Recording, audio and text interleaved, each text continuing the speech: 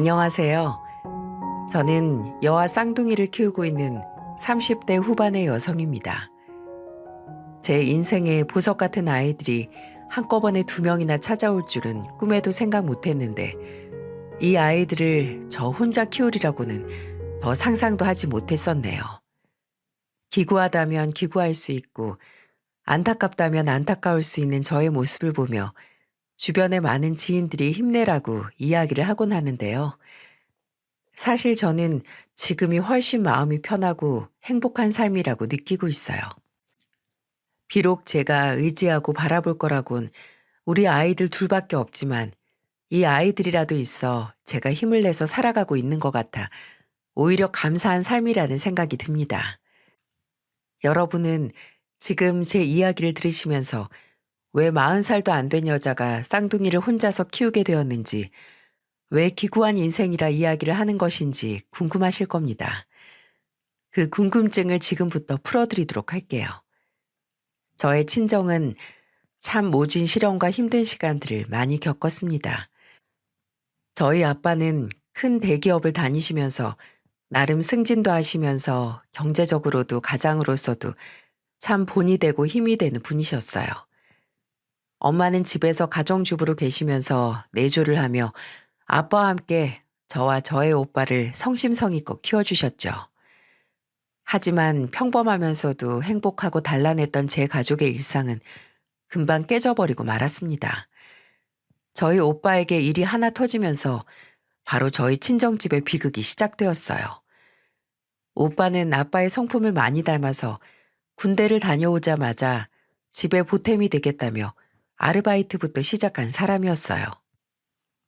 어렵게 모은 돈으로 저에게는 꼬박꼬박 용돈도 주고 부모님이 여유가 있는데도 불구하고 아낌없이 효도하고 싶다며 늘 봉투를 건네드리는 착한 아들이었죠. 하지만 어느 날 오빠가 집으로 돌아오는 길에 그만 교통사고로 그 자리에서 세상을 떠나고 말았습니다. 그때 우리 가족은 큰 충격에 빠지게 되었고 2년 정도는 정말 온 가족이 다 우울하고 힘든 시기를 보냈어요. 하지만 시련은 거기에서 끝이 아니었습니다. 그 2년 사이에 엄마는 다른 남자와 바람을 폈고 그것을 알게 된 아빠는 도저히 엄마를 용서할 수 없다며 그 자리에서 이혼을 이야기하며 두 분은 갈라서게 되었죠. 아빠가 엄마의 외도 사실을 알고 이혼을 이야기할 때 엄마는 무릎을 꿇고 빌더라고요. 여보, 내가 미안해. 내가 정말 첫째 잃고 너무 마음이 힘들어서 그랬어. 당신도 힘들고 우리 딸도 힘든데 거기다 대고 내가 기댈 수 없어서 그래서 그랬어. 딱 한 번 실수야. 그러니까 제발 이혼만은 말아줘. 힘들 때 서로 기대고 함께하라고 있는 게 가족이야. 근데 당신은 그걸 다 외면하고 우릴 배신한 거나 다름없고. 안 그래도 힘든 우리한테 더 큰 시련을 준 거라고.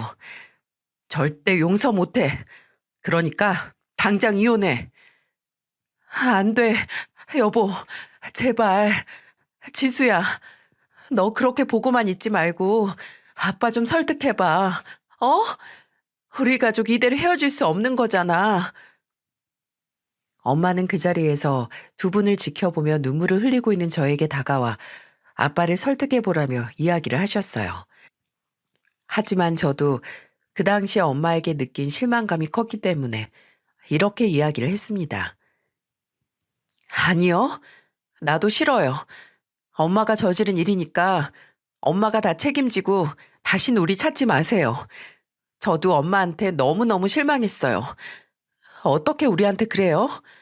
우리가 지금 얼마나 힘든데. 오빠 그렇게 되고 엄마만 힘든 것도 아니었고 우리도 다 같이 힘들었는데 어떻게 거기에 더 큰 상처를 주냔 말이에요. 그러니까 아빠한테 용서받을 생각도 하지 말고 저도 다시는 찾을 생각 마세요. 저도 아빠가 싫다면 싫어요. 저도 속으론 가슴이 너무 아팠지만 아빠와 저에게 상처를 준 엄마가 미운 마음이 더 커서 모질게 대할 수밖에 없었어요. 하지만 지금 생각해보면 엄마가 그렇게 이해가 안 되는 것도 아닙니다. 엄마도 상심이 컸고 한창 힘들어하던 중에 그걸 조금이나마 위로해주는 사람이 나타나 잠깐 기댄 것 뿐이니까요. 하지만 그래도 바람은 바람이었습니다. 나쁜 것인 건 변함없었죠. 결국 엄마와도 그렇게 헤어지고 한순간에 아빠와 저 두 명만 남게 되면서 너무나 외롭고 힘들었어요. 네 명이서 북적북적 살다가 아빠와 단 둘이 지내려니 정말 힘들더라고요. 그게 벌써 7년 전의 일이네요. 그 힘든 시기를 보내던 와중에 저는 지인이 있는 술자리에 우연히 참석을 했다가 한 남자를 만나게 되었습니다. 네, 맞아요. 그 사람이 바로 저의 남편이었고 지금은 전 남편으로 갈라선 사람이죠. 이 사람은 정말 착실한 사람이었어요. 첫 인상부터가 뿔테 안경에 모범생 스타일이고 말 한마디 한마디를 차분하게 잘하는 사람이었습니다. 그래서 주변에 따르는 사람들도 많았죠. 그 술자리에서 인연을 맺어 1년 정도 연애를 하고 나서 결혼을 하게 되었답니다. 결혼을 하기 위해서 시댁을 방문하려고 하는데 이쪽 시댁은 특이한 가족력이 있어 인사도 참 특이하게 드렸어요. 이쪽 가족력은 연애를 하면서 남편이 저와 결혼할 마음이 생기면서 모두 털어놓아 알고는 있었지만 막상 겪어보니까 정말 더 특이하더라고요. 우선 시모와 시부는 TV에서만 봤던 황혼 이혼을 한 사람들이었습니다. 내가 모시는 사람들이 황혼 이혼을 했다는 게 저한테만큼은 특이한 경험이었어요. 그리고 정말로 이 둘은 어떠한 교류도 없이 완전히 따로따로 살고 있었고요. 먼저 인사를 드리러 간 시모 쪽은 아주버님과 함께 살고 있었는데 집으로 가니 그 집이 어찌나 허름하던지 빌라촌에 있는 단칸방의 지하였는데 곰팡이 냄새는 기본에 화장실은 들어가서 볼일을 보기 어려울 정도로 변기고 뭐고 다 깨져 있었어요. 저는 저도 모르게 인상을 찌푸렸는지 시모가 보자마자 한마디를 하더라고요. 아가씨, 집이 좀 허름하지? 우리가 원래 아파트 좋은 집에 살았었는데 우리 큰아들 놈이 사업을 좀 몇 번 말아먹어가지고 지금은 좀 어렵게 살아. 그래서 내가 결혼할 때 도움은 좀 못 줄 것 같네. 아, 아니에요, 어머님. 결혼이야 저희가 알아서 해도 돼요. 저희야말로 결혼해서 아주버님도 얼른 일하시고 저희도 열심히 해서 어머님 집 얼른 좋은 곳으로 옮겨드려야겠어요. 아가씨가 말도 참 예쁘게 하네. 고마워. 잘 살고 내가 금전적으로는 못해줘도 마음은 이미 다 퍼주고도 남았어. 다행히 시어머니는 까다롭건 하지 않아서 인사도 잘 마무리할 수 있었습니다. 나중에 남편에게 속사정을 더 들어보니 시부모님 둘이서 이혼을 한 이유가 시아버지 몰래 시어머니가 시숙될 분에게 돈을 많이 대준 것이 화근이 되었던 것 같더라고요. 그걸 보면서 여러모로 사정이 참 복잡한 집안이라는 생각이 들었습니다. 하지만 이게 저의 결혼 생활에 발목을 잡을 줄은 꿈에도 생각 못했죠. 이후에 만난 시아버지는 좀 더 사람이 괜찮아 보였습니다. 이런 말이 신뢰가 될 순 있지만 시어머니는 약간 어리버리하고 어딘가 한쪽이 쎄했다면 시아버지는 정말 괜찮은 분이셨어요. 공무원 출신이었는데 점잖고 깔끔한 것이 딱 저희 남편과 닮아 있었죠.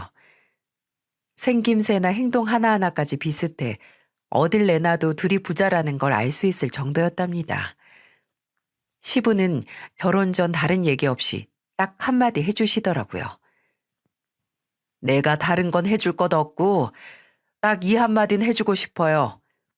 우리 집안은 아무도 믿지 마세요. 딱 믿을 거라곤 우리 둘째 현복이밖에 없으니까 얘만 보고 살아요.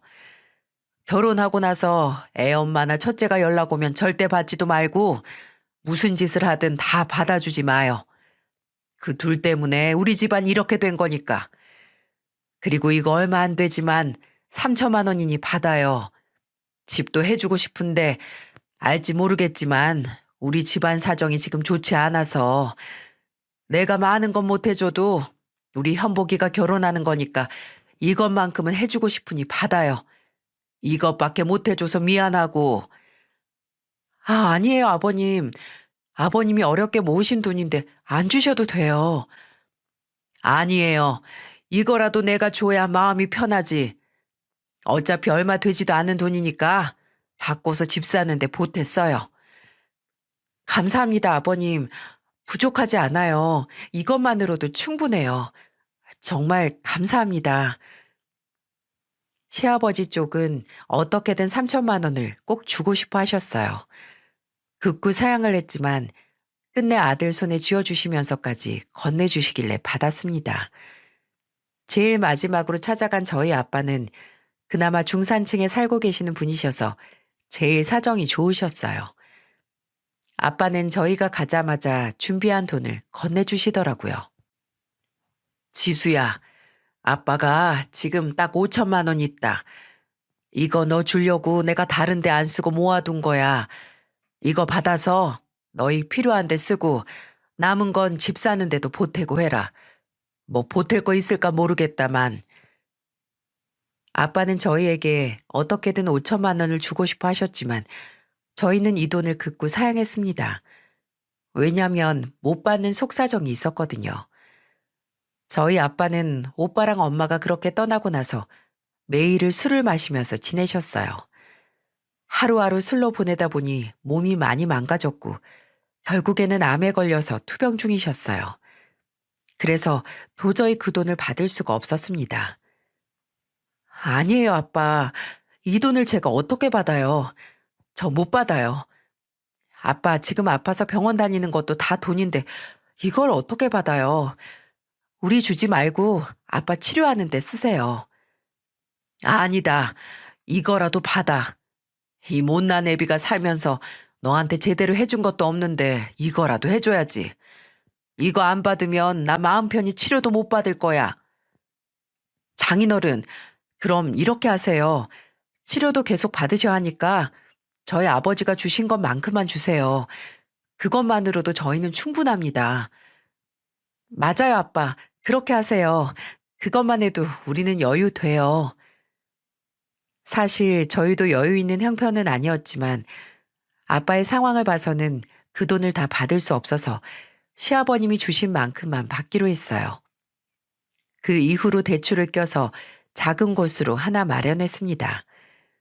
남은 건 결혼식뿐이었는데 이때부터가 정말 문제였어요.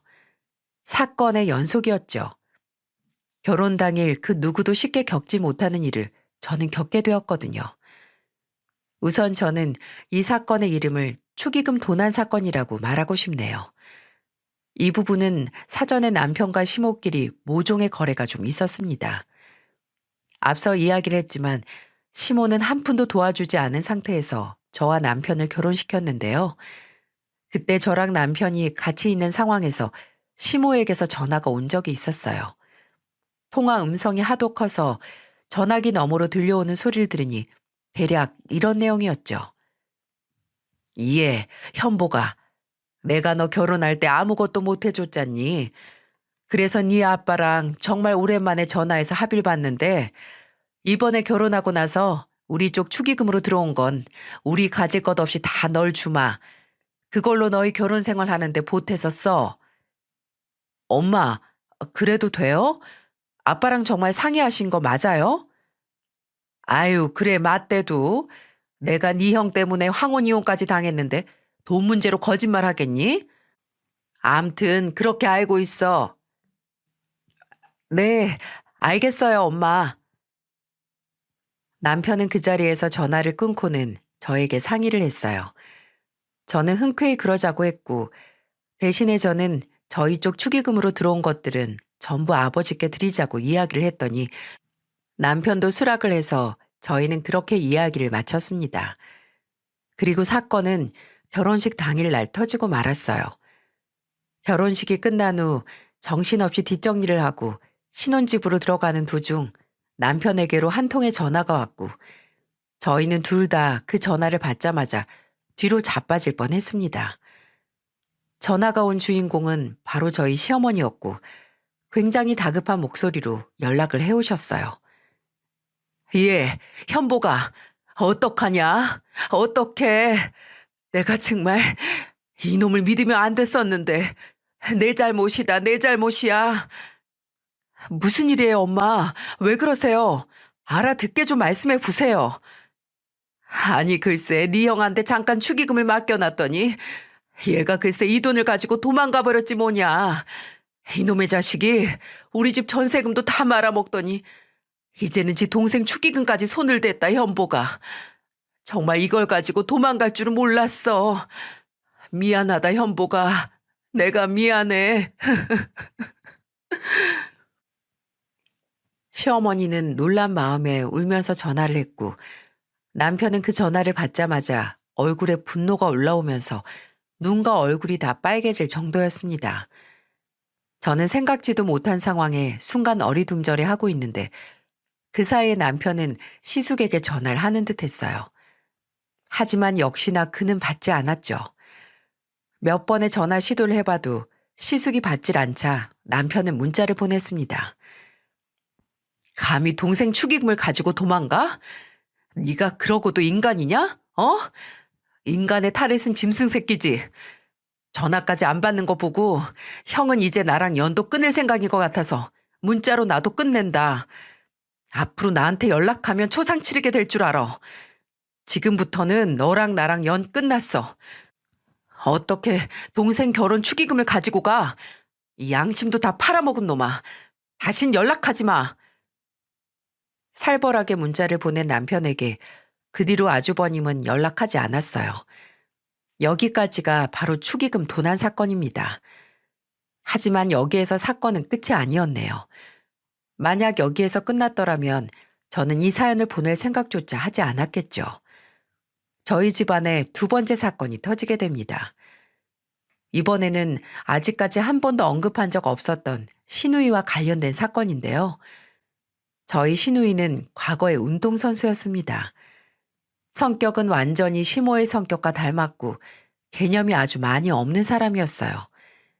한때는 운동선수였던 사람이 운동을 그만두게 된 계기도 바로 이 개념 없는 성격 탓이었는데요. 과거 후배들을 폭행해서 강제로 선수 생활을 마무리할 수밖에 없었고 그 이후로 다닌 직장에서도 한 번도 6개월을 넘겨본 적이 없는 사람이었어요. 남편 말로는 항상 힘들다는 핑계로 그만두고 월급이 적다고 그만두고 누가 뭐라 한다고 그만두는 등 갖가지 핑계거리를 대면서 직장을 아주 밥 먹듯이 그만두고 옮겨 다니곤 했었대요. 그것뿐만 아니라 잦은 지각에 직장 사람들과의 수많은 트러블에 잘리기도 많이 잘렸고요. 제가 봤을 때 정말 갱생이 불가능한 사람이었죠. 우선 남들한테 손 벌리기를 아주 쉽게 생각하는 사람이었어요.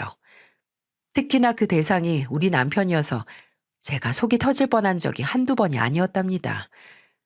저희는 결혼 후에 쌍둥이를 낳아 지내고 있었는데 이 쌍둥이를 낳으면서부터 애들 키우기도 힘든데 시누이까지 케어를 해야 해서 정말 지긋지긋한 결혼 생활의 연속이었죠. 남편은 정말 착한 사람이고 순하고 좋은 남자였지만 가족들의 부탁을 잘 거절하지 못하는 성격이라 시아버지 빼고는 전부 다 그 일을 호구로 보고 있었어요. 진짜 옆에서 보면 시댁 식구들이 남편을 오빠로 보는 건지 동생으로 보는 건지 아니면 아들로 보는 건지 헷갈릴 정도였으니 말 다 한 거겠죠. 우선 그중 제일 저를 힘들게 했던 사람이 바로 시누이였어요. 이 시누이는 일찍 독립을 해서 30만 원짜리 월세 원룸에서 지내고 있었습니다. 근데 말이 30만 원이지 서울 집값이 워낙에 비싸서 그런지 어두컴컴한 고시원 같은 곳이었네요. 언젠가 한번 시누이 집에 반찬을 가져다 준다고 들린 적이 있었는데 생각보다 열악한 환경이라 좀 걱정스러운 마음을 가지고 있긴 했었습니다. 근데 어느 날 시누에게서 전화가 왔더라고요. 언니, 저 여기에서 도저히 못 살겠어요. 언니도 여기 와봐서 알겠지만 여기 주변도 너무 어둡고 보안도 좀 잘 안 되고 해서 저 너무 무서워요. 요즘은 옆집 아저씨가 새로 들어왔는데 자꾸 술 취해서 저희 집 문을 두드리고 혼자서 열고 들어오려고 한 적이 한두 번이 아니었다니까요. 저 진짜 더는 무서워서 못 살겠어요. 언니, 저 좀 안전한 오피스텔로 이사 갈 수 있게 도와주시면 안 될까요? 진짜 오피스텔 하나만 구해주면 제가 편하게 살 수 있을 것 같아요. 신우이의 이야기를 들으며 저는 큰 고민에 빠졌어요. 근데 쌍둥이 낳은 지도 얼마 안 됐고 저희도 결혼하면서 받은 대출금에 각종 생활비에 돈을 모을 새 없이 빠져나가고 있는 상황이었기에 여유가 많지 않았습니다. 그래서 큰돈은 못 해주고 지금 있는 집 전세금에 보태서 쓰라고 300만 원을 현금으로 보내주었어요. 하지만 제가 300만 원으로 보내주고 난 후 신우이에게서 돌아온 반응은 아주 가관이었어요. 진짜 쪼잔한 것 좀 봐. 언니, 이 300만 원 가지고 대체 뭘 해요? 요즘 집값이 얼마나 비싼데. 거기다 나 월세 계속 밀려 써서 가지고 나올 전세금도 없단 말이에요. 그게 있었음 진작에 내가 이사를 갔지. 도대체 꼴랑 300만 원이 뭐야, 300만 원이? 아, 짜증나. 아가씨, 뭐라고요? 지금 이 돈 저희한테도 적은 돈 아니에요. 쌍둥이들한테 들어가는 돈이 얼만데요. 그리고 월세가 밀려서 돌려받을 전세금이 없을 정도면 빨리 일을 하세요. 요즘 아르바이트도 안 하고 있죠? 도대체 어쩌려고 그래요? 다 큰 어른이 제대로 된 경제활동은 해야 할 거 아니에요.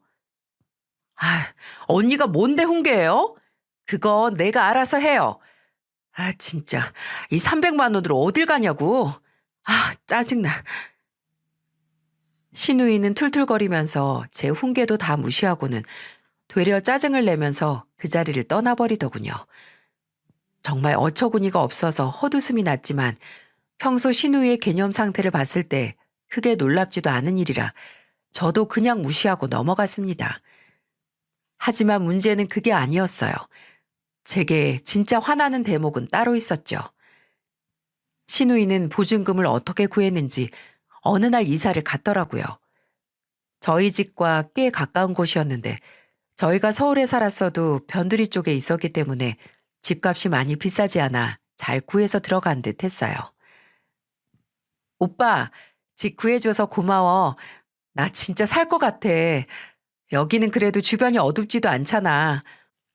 방도 하나이긴 해도 서울에서 이만한 집 보증금 1,000만 원에 구하는 게 어디야. 진짜 감지덕지지. 오빠, 나중에 돈 많이 벌어서 더 좋은 집으로 나 이사시켜줘. 알았지? 알았어. 이거 근데 우리 집사람 알면 진짜 큰일 나. 우리 신혼 때부터 집 이사 갈 때 쓰려고 모은 돈 꺼내서 준 거라 진짜 알면 나 끝이야, 끝. 그러니까 모른 척 하고 있어. 아이, 당연하지. 언니 진짜 이렇게 큰 돈이 있었으면서 나한텐 꼴랑 300만 원 주고 어줍지 않은 훈계까지 하더라니까. 어이가 없어서 정말. 아니, 집이야 나중에 이사 가면 되는 거고 내가 무서워서 못 살겠다는데 그걸 안 해주냐? 그래도 그렇게 얘기하지 마. 지금 쌍둥이 키우면서 집이 좁아서 우리도 이사 고민하고 있던 찰나여서 그래서 많이 못 도와줬을 거야. 근데 내가 조금만 더 버티자고 얘기해 놓았으니까 너만 조용하면 걸릴 일은 없다. 그러니까 너 입단속 잘해. 저는 남편과 신우의 대화를 몰래 들으며 정말 분노와 화가 가득 차올랐습니다. 그리고 참을 수 없어 결국에는 폭발해버리고 말았어요. 여보, 아가씨, 지금 둘이서 하는 얘기가 도대체 무슨 얘긴 거예요? 당신 지금 우리 돈 모아둔 거 빼돌려서 이 집 구해준 거야? 그 돈이 어떤 돈인데 나한테는 이사는 나중에 가도 된다고 그렇게 꼬셔놓고 지금 그걸로 아가씨 집을 해줬어? 나한테 상의 한마디도 없이? 아, 진짜 어떻게 그래? 아가씨, 아가씨도 그러는 거 아니에요. 아가씨는 지금 그 돈 300이 없어서 우리한테 빌붙으려고 한 거 아니에요? 그럼 그 정도 돈 준 것도 감지덕지 감사해야지. 왜 남의 남편을 꼬드겨서 돈을 뺏어가요? 왜? 어머, 언니, 내가 우리 오빠한테 이런 도움도 못 받아요? 언니 남편이기 이전에 내 친오빠이기도 해요. 오빠가 동생 도와주고 싶어서 도와준다는데 언니하고 상의가 왜 필요하냐고요? 참, 나 진짜 어이가 없어서 원. 여보, 미안해. 아니 나는 정말 얘가 무서워서 도저히 못 살겠다고 해서 걱정이 돼가지고 내가 그 돈은 무슨 일 있어도 메꿔 놓을게. 그러니까 화 풀어. 내가 미안해. 저는 이 둘의 처사를 보고는 정말 어이가 없어서 눈물이 한 바가지 흐르던 거 있죠. 저는 거기에서 더 말도 섞고 싶지 않아서 자리를 박차고 나와버렸고 저를 따라 나온 남편에게도 일절 눈길도 주지 않으며 냉전 상태를 가졌어요. 신우이는 참 뻔뻔하게도 저희 부부에게서 1,300만 원을 꽁으로 가지고 갔으면서도 고마운 줄도 모르고 적반하장의 상태를 유지하고 있었고요. 정말 어이가 없어서 한참을 그 둘과는 상종도 안 하면서 지내고 있었는데 남편도 계속 미안하다고 하고 신우이도 좀 정신을 차렸는지 과일까지 사가지고 찾아와 미안하다고 하기에 받아주었어요. 생각해보면 저라도 여자 혼자서 그 무서운 집에서 살기 어려울 것 같아 차라리 도와준 것으로 끝내놓으면 저도 마음이 편할 것 같아서 그렇게 화해를 하고 정리하기로 했습니다. 하지만 저희 신우이는 거기에서 그치지 않았어요. 한동안 잠잠한 듯 하더니 어느 날 또다시 연락이 와서는 제 속을 발칵 뒤집어 놓았죠. 언니, 저 얼마 안 있으면 생일인 거 아시죠? 그래서 말인데요. 생일 선물 좀 미리 주면 안 될까요? 이왕이면 내가 원하는 걸로. 생일은 안 까먹고 있었죠. 아가씨 뭐 갖고 싶은데요? 저 다른 거 다 필요 없고 딱 현금 100만 원만 주세요. 아니 생일이라 친구들도 만나고 싶고 이것저것 사고 싶은 것도 많은데 지금 통장에 잔고가 820원밖에 없어요. 그러니까 이번 생일 선물은 통 크게 용돈으로 주는 거 어때요? 저는 아주 당당하게 달라고 하는 신우이의 태도를 보고는 어이가 없어서 말했어요. 아가씨, 우리한테 뭐 어디 돈 맡겨놨어요? 아니, 뭐 우리가 돈 만드는 기계로 보이는 건가? 도대체 왜 자꾸 우리한테 돈을 달라고 하는 건데요, 왜? 돈이 없으면 제발 일을 하시라니까요? 지금 아가씨 나이가 31살이에요, 31살. 그만큼 나이를 먹었으면 통장에 820원 찍혀 있는 게 보일 때 남한테 먼저 의지할 게 아니라 어디 가서 일을 해야 하는 거예요, 일을요. 언제까지 오빠한테 빌붙어서 살 거예요? 네? 제발 일 좀 하세요, 일 좀. 아, 알았어요. 언닌 진짜 그냥 좋게 못 준다고 하면 되지. 뭘 또 그렇게까지 화를 내요? 알았어요, 알았어. 돈 얘기 안 해요. 진짜 치사해서. 그럼 생일에 놀러 갈 테니까 밥이나 좀 해줘요. 진짜 돈이 없어서 그런 거니까요. 아휴, 아가씨. 진짜 제발 철 좀 들으세요. 생일 때 오세요. 밥은 얼마든지 해드릴 수 있으니까. 근데 제발 이제 일 좀 하세요. 아가씨 더 놀라이 지났어요. 아, 알았다고요, 알았다고. 끊을게요. 신우이는 제가 그럴 줄 알았다는 듯 이야기를 하고는 전화를 끊어버렸어요. 그래도 전 같았으면 바락바락 대들었을 텐데 이번에는 좀 느낀 바가 있었는지 살짝 아쉬워하는 티는 내도 더 말하지 않고 끊더라고요. 하지만 그건 저의 완전한 착각이었어요. 신우이는 느낀 바가 전혀 없었어요. 왜냐하면 그 다음에도 또 똑같은 행동을 해왔거든요. 언니, 저 오피스텔 월세가 없어서요. 70만 원인데 돈이 없는데 이것 좀 내주시면 안 돼요? 저 관리비도 밀렸어요. 지금은 진짜 제가 어디 돈 빌릴 데도 없이 총체적 난국이니까 제발 좀 도와주세요.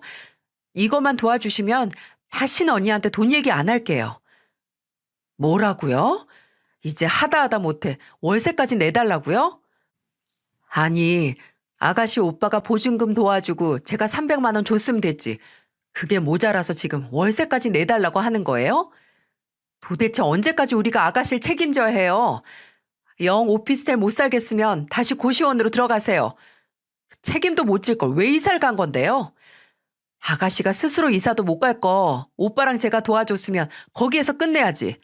도대체 언제까지 등골을 빼먹을 작정인 거예요? 아가씨 지금 나이면요. 조카들한테 용돈 10,000원씩이라도 줄 나이예요. 아세요? 저의 거친 말에 신우이는 이번에는 화가 났는지 전처럼 바락바락 대들기 시작했어요. 진짜 해도 해도 너무하네. 언니, 가족끼리 이러는 거 아니에요. 진짜 언니 나중에 후회해요. 진짜로요. 내가 지금은 거지같이 살지만 제가 돈 많은 남자랑 결혼해서 잘 살면 그땐 어떻게 하실 건데요? 그땐 언니가 나한테 싹싹 빌걸요? 그러니까 지금 잘하세요. 저는 양심 없는 소리를 듣고는 이때는 못 참고 반말로 아예 충고를 해버렸어요. 내가 진짜 웬만하면 견디려고 그랬는데, 야, 너 진짜 개념 없다. 인간아, 제발 좀 똑바로 살아. 내가 진짜 정확하게 충고할게. 너 진짜 정신 안 차리고 남한테만 의지하려고 하면 절대 이 세상 살아가지 못해. 세상이 얼마나 험한데. 그러니까 제발 좀 가서 일하고 사람답게 좀 살아. 그리고 나도 제발 부탁 좀 하자. 제발 좀 좋은 남자 만나서 얼른 결혼해. 그리고 그 사람 만나면 제발 나한테 이런 부탁 좀 하지 말고. 내가 네 오빠한테도 다시는 너 못 도와주게 할 거니까 그렇게 알아. 어디 자꾸 전화해서 돈돈거려? 내가 니네 오빠처럼 그렇게 호락호락한 사람인 줄 알아? 내가 니네 오빠처럼 호구로 보이냐고. 다신 우리한테 연락하지 마. 참네. 아니 지가 뭐라고? 아주 꼴값을 떠네. 됐어. 내가 다신 연락하나 봐. 더럽고 치사해서 절대 안 해. 화를 못 참고 내뿜는 저의 언성에 신우이는 살짝 쫄았는지 가짜는 발악을 하고는 끊어버렸어요. 정말 얼마나 어이가 없던지. 그래도 다행인 건 그 뒤로는 전혀 연락이 안 오더라고요. 하지만 이 집안이 어디 보통 집안인가요? 진짜 문제는 또 따로 터졌습니다. 이번에도 역시나 나름 평화로운 생활을 유지하고 있는 저희 집안을 발칵 뒤집을 만한 일이었죠. 이번에는 자취를 감췄던 시숙이 나타나 버린 사건이었어요. 시숙은 어느 날 거짓골을 하고는 저희 집으로 나타나 남편에게 무릎을 꿇으며 말했어요. 현보가 정말 미안하다. 내가 정말 그땐 너무 힘들어서 그랬어. 내가 사채업자한테 돈을 빌렸는데 그거 안 갚으면 애들이랑 우리 가족들 어떻게 해버린다 그래서 어쩔 수가 없었어. 내가 그날 이후로 한숨도 편하게 잘 수가 없었다. 미안하다 동생아. 정말 미안해. 제발 나 좀 용서해 주라. 시숙은 이미 저희가 결혼 전부터 장가를 가서 애가 둘이나 있었어요. 하지만 계속되는 사업 실패로 이혼을 하게 되면서 아이들은 친모가 데리고 가고 양육권만 주고 있는 상황이었는데 그 가족들까지 건든다고 하니 어쩔 수 없이 축의금을 가지고 도망갈 수밖에 없었다고 이야기를 하더군요. 행방이 묘연했던 사람이 갑자기 거짓골을 하고는 대성통곡을 하니 이 마음 약한 남편은 평생 인연을 끊겠다고 선언했던 기세가 다 어딜 갔는지 또다시 마음이 약해져 제가 이해하지 못할 행동을 하던 거 있죠? 형, 일어나. 이게 뭐야? 나이 40 넘고 뭐 하는 거야? 알았어. 용서해 줄 테니까 빨리 일어나. 형 이러는 꼴 나 진짜 못 봐. 현보가 정말 고맙다. 내 평생의 은인이 바로 너야. 네가 진짜 내 인생의 복덩이다 정말. 어디 나만 뿐이겠냐? 우리 가족은 너 없으면 안 돼. 정말 고맙다. 용서해줘서 정말 고마워. 이 둘은 눈물 콧물을 다 흘려가며 결국엔 서로를 껴안고는 엉엉 울어댔습니다. 저는 이 모든 광경을 보면서 기가 찼어요. 정말 눈물 없이는 볼 수 없는 심파극 드라마의 한 장면이었죠. 제가 봤을 땐 누가 봐도 위기를 넘기기 위한 연기로밖에 안 보였는데 남편은 천하의 몹쓸 놈이라고 하던 시숙의 불타는 연기력에 넘어가 세상에서 제일 불쌍하고 안타까운 게 제 형이라며 울어댔습니다. 저는 그 꼴을 더 두고 볼 수 없어서 시숙이 가고 난 뒤 남편에게 말했어요. 여보, 아주버님 진짜 정신 차린 거 아니야. 저거 다 연기라고. 제발 당신도 정신 차리고 아주버님께 넘어가지 좀 마. 내 눈엔 다 보이는데 왜 당신 눈에만 안 보여? 라고 말하는데 남편의 반응이 충격적이었어요. 당신, 우리 가족 무시해? 아무리 그래도 내 가족인데 그렇게 말해도 되는 거냐고. 아무리 나한테 잘못을 했어도 나한테는 피를 나눈 형제야. 근데 어떻게 그렇게 말할 수가 있어? 아무리 당신 시숙이 못났어도 나한테 그렇게 말하면 안 되는 거지. 내 형은 내가 더 잘 알아. 한 번만 더 우리 가족 무시하는 말 또 했다간 나 그땐 안 참아. 이런 남편의 반응이 너무나 어이없었어요.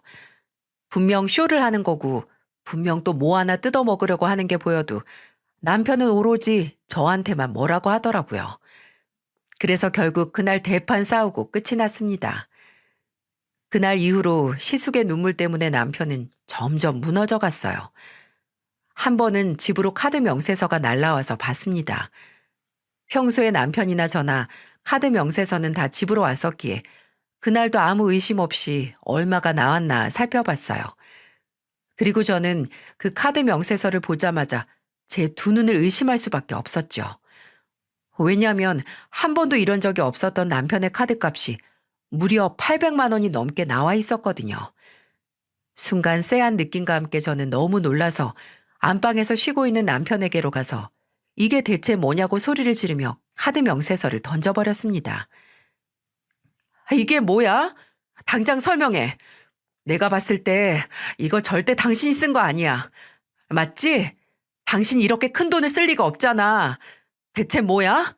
이게 다 뭐냐고. 제대로 설명해. 나랑 끝내고 싶지 않으면. 여보, 그게 있잖아. 이거 형이 쓴 건데. 근데 이거 형이 낸다고 그랬어. 당장 일은 구했는데 돈이 없어서 딱 한 달만 빌려달라고 그러더라고. 그래서 잠깐 빌려주고 돈 받기로 한 거야. 걱정하지 마. 형이 돈 다 낼 거야. 거짓골로 하고 다니는데 어떻게 사회생활을 제대로 하겠어. 그래서 옷도 좀 사 입고 하라고 내가 딱 한 달만 빌려준 거야. 지금 이거 안 보여? 여기 내역 안 보이냐고. 이게 간단히 쓴 거니? 어? 이거 좀 봐봐. 이게 어디 간단히 쓴 내역이냐고. 당장 전화해. 당장 전화해서 아주버님께 돈 받아내란 말이야. 알았어. 바로 전화할게. 남편은 시숙에게 전화를 곧바로 걸었고 다행히 시숙은 전화를 받았어요. 하지만 통화 이후 시숙은 카드값을 냈을까요? 안 냈을까요? 지금부터 참 어처구니가 없는 시숙과 제 남편의 통화 내용을 한번 들려드려 볼게요. 형, 이번 달 카드값 받는데 왜 이렇게 많이 나왔어? 지금 우리 애들 엄마 난리 났어. 형, 빨리 좀 갚아. 카드값이 800만 원이나 나왔다고. 돈이 없는데 어떻게 내냐? 그러지 말고 네가 좀 내. 너 동생이 돼가지고 형한테 이것도 못 해주냐? 그리고 말 나온 김에 어차피 재수 씨도 알았으니 나 이 카드 몇 달만 좀 더 쓰자. 형이 돈이 하나도 없어서 그래. 개과천선했다며 울고불고 난리칠 땐 언제고 또다시 옛날 모습 그대로 행동하는 걸 보면서 저는 어이가 없었어요. 결국 그날도 제가 남편 대신 전화를 받고는 대차게 뭐라고 해놓고 꾸역꾸역 그 돈을 받아냈어요. 알고 봤더니 남편 카드로 물건을 사서 그걸 다시 중고시장에 되팔면서 현금을 만들어냈었더라고요. 제가 사기꾼으로 경찰서에 신고한다고 갖은 협박을 다하니까 그제서야 실토를 하며 돈 800만 원을 돌려주어 알게 된 사실이었죠. 이때부터는 남편에게도 또 한 번 경고를 하고는 절대로 어떤 사정에도 돈 줄 생각은 하지도 말라고 했어요. 하지만 정말 그게 끝이었을까요? 아니죠. 시숙은 어느 날 저희 집으로 찾아와 이번에는 술을 달라고 하더군요. 남편과 술을 한두 잔씩 기울이면서 무슨 말을 하려고 또 저러나 살펴보니 아니나 다를까 이번에도 참 황당한 요구를 해오는 겁니다. 현보가, 나 매달 애들 양육비 보내야 하는 거 알지? 근데 이게 내가 지금 5년째 밀려 있어. 이번 달에도 이거 안 내면 나 정말 큰일 난다. 이대로 있으면 이제는 법원의 심판까지 피할 수 없게 될 것 같아. 그러니까 네가 나 좀 도와주라. 내가 마지막으로 하는 부탁이야. 딱 2천만 원이면 돼. 더도 말고 덜도 말고 딱 2천만 원. 이 이야기를 듣고 저는 설마 남편이 저기에 넘어갈까 싶었는데 눈빛부터가 흔들리는 게 어이가 없어서 재빨리 제가 나섰습니다. 아주버님, 언제까지 동생 우려먹을 거예요? 이젠 하다 못해 양육비까지 달라고 하세요? 2천만 원, 그거 우리한테 맡겨놓으셨어요? 그게 어느 집 개 이름이냐고요? 아무리 동생이라고 해도, 그 동생이 호구라고 해도 진짜 이러시는 거 아니에요. 제발 좀 정신 차리세요. 진짜 신우이랑 하는 짓이 똑같네요. 남들은요, 돈 벌려고 새벽 5시부터 나가서 막노동이라도 하면서 살려고 노력해요. 근데 아주버님은 그런 노력이라도 해보셨어요? 하다못해 물류센터 가서 짐 나르고 배달이라도 해보셨냐고요? 제발 우리한테 손 벌리지 마시고 돈 버세요, 돈. 이건 진짜 충고예요. 한 번만 더 이 사람 구슬려서 돈 빼가면 저 그땐 이 사람이랑 이혼할 거예요. 더는 못 산다고요. 어디 동생 이혼하고 싶은 꼴 보고 싶으시면 또 돈 가지고 가보세요. 시숙은 제가 또 불같이 화를 내니 이번에는 완전히 깨갱하며 도망가듯이 집을 나섰습니다. 남편은 옆에서 자기 대신 거절해줘서 고맙다고 하는데 저는 정말 그때는 힘이 다 빠지더라고요. 가만 보니 남편은 제가 거기에서 그렇게 말하지 않았다면 또 대출이라도 받아서 그 돈을 해줄 작정이었던 것 같아요. 아무튼 그래도 잘 거절하고 마무리를 해서 그나마 다행이라고 여기며 또 일상을 지내고 있었습니다. 하지만 저에게는 또 하나의 시련이 찾아오고 말았어요. 이번에는 저희 집안의 일이었고 제 인생에 있어 가장 큰 슬픔이라고 할 수 있을 정도의 사건이었어요. 오랜 시간 암을 투병하시던 아버지가 결국에는 돌아가셨고 저에게는 친정은 집 나간 엄마밖에 남지 않은 상황이었어요. 그마저도 연락을 끊었기 때문에 저는 거의 혼자나 다름없었습니다. 하지만 그때 저의 힘이 되어주어야 할 제 남편이 저의 모든 힘을 다 뺏어가 버리는 듯한 고통을 느끼게 할 줄은 꿈에도 몰랐어요. 아빠는 돌아가시면서 보험금과 사시던 집 등을 다 모아서 저에게 남겨놓고 가셨어요. 아빠의 목숨이나 다름없었던 그 돈을 받으면서 전 정말 펑펑 울었습니다. 이건 누구도 공감해 줄 수 없는 아픔이었기에 저는 남편에게조차 기대지 못한 채 정말 펑펑 울었어요. 하지만 그래도 아빠가 주신 돈으로 더 행복하게 사는 게 효도하는 길이겠다 싶어서 그간 힘들어서 못했던 이사를 가게 되었어요. 원래는 방 한 칸에 거실 하나만 있는 집이었는데 이사를 가고 난 뒤에는 방 3칸에 거실과 주방이 따로 있는 좋은 곳으로 갈 수 있었어요. 이 집으로 이사 오면서 제일 좋아한 건 우리 남편이었는데 이 남편이 글쎄 속 없는 제안을 해오는 겁니다. 여보, 지금 엄마 나이가 70이 넘으셨잖아. 이제 우리가 모셔야 할 것 같은데 당신 생각은 어때? 지금 봐봐. 형은 거지같이 살고 엄마는 수입이 없어서 죽으려고 하는데 우리가 모시는 게 맞지 않을까? 사실 얼마 전에 우리 엄마가 너무 힘들다고 울면서 전화를 하셨더라고. 내가 진짜 얼마나 마음이 아프던지. 아휴, 그동안 우리 3자녀 정말 힘들게 키우셨는데 불쌍해 죽겠어. 그러니까 여보가 한번 모셔주면 안 될까? 남편은 거의 울면서 이야기를 하는데 저는 정말로 어이가 없더라고요. 그래서 뭐라고 짓거리는지 좀 더 들어봤습니다. 이 집 장인어른이 물려주신 건 맞는데 아마 장인어른도 당신이 우리 어머니 모시면서 며느리 노릇하길 바라실 거야. 우리나라가 원래 며느리가 시어머니 모시기로는 세계에서 최고잖아. 그러니까 우리 어머니 모시고 효도하면서 살자. 나도 열심히 애들 키우고 당신 도울게. 엄마도 우리 애들 잘 봐주신다고 하셨어. 저는 거기까지 듣는 순간 정말 이제는 터질 대로 터져버려 남편에게 말했어요. 야, 진짜 살다 너 같은 남잔 처음 본다. 우유부단하지 결단력 없지. 도대체 뭘 선택해야 하는지도 모르지. 지 식구들이 말하면 다 넘어가지. 너 도대체 호구 생활 언제까지 할래? 이러다 나까지 호구 잡히게 생겼다고. 어머니가 언제 우리한테 잘한 적 있어? 우리 애들한테 용돈을 주시길 했어. 예쁘다고 한번 안아주시길 했어. 나한테 고생한다 말한 적 있으시냐고. 네 시누이 뒷바라지하고 네 형님 사고 치는 거 뒷수습할 때 언제 한번 고맙다 미안하다 하신 적 있어? 너네 식구들이 언제 한번 고맙다고 한 적 있냐고. 근데 뭐 이젠 엄마까지 모시라고? 됐어. 나 이젠 더는 못해. 아주 진짜 질렸어. 너도 꺼져. 나 이제는 정말 너랑 못 살겠다. 그러니까 당장 꺼지라고. 우리 아빠가 해준 집에서 더는 너랑 너네 가족이랑 못 지내겠으니까 당장 꺼져. 나가. 그리고 시어머니가 시어머니 다워야 대접을 해드리지. 나 이제 너 같은 똥차랑은 절대 못 살아. 그러니까 내 인생에서 아예 사라져버려. 뭐야? 야, 너 내 앞에서 우리 가족 무시하면 내가 진짜 가만 안 둔댔지? 너 진짜 큰일 나는 꼴 볼래? 남편은 되려 저에게 화를 내면서 이번에는 그동안 보지 못했던 끔찍한 모습을 보여주려고 했습니다. 바로 폭력이었죠. 가족들 무시하는 말에 화가 났는지 이번에는 돌이킬 수 없는 실수를 하려고 했고 남편은 저를 때리려다가 제가 방으로 도망가 버리니 그제서야 화를 못 이겨 집을 나가버리고 말았어요.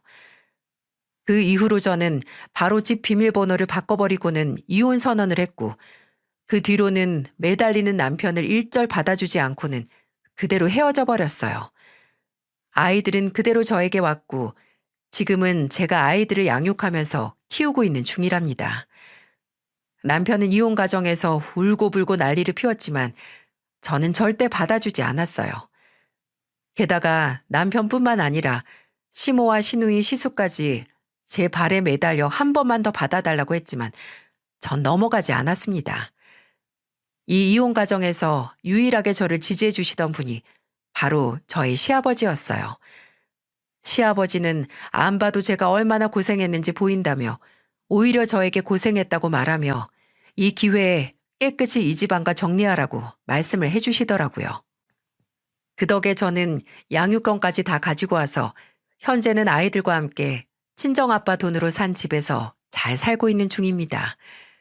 남편은 양육비도 착실하게 보내주면서 여전히 저에게 매달리고 있는 상황이고요. 한 번은 또 집 앞으로 찾아와 이러더라고요. 여보, 내가 정말 미쳤었나 봐. 당신 같은 현명한 여자를 내가 왜 몰라보고 그랬는지, 왜 당신 말을 안 들었는지 정말 나 후회하고 있어. 나 지금 형하고 동생 엄마 때문에 정말 죽고 싶어. 정말 거머리가 따로 없어. 나 너무 힘들어. 나 좀 살려줘. 나 좀 다시 받아줘, 여보. 아니, 나 진짜 이제 당신이랑 당신 가족이라면 지긋지긋해. 제발 내가 부탁할게. 나 좀 그 지옥으로 다시 끌어들이지 말아줘. 그리고 나 당신이랑은 다시 살진 않겠지만 애들 아빠니까 충고 하나 할게.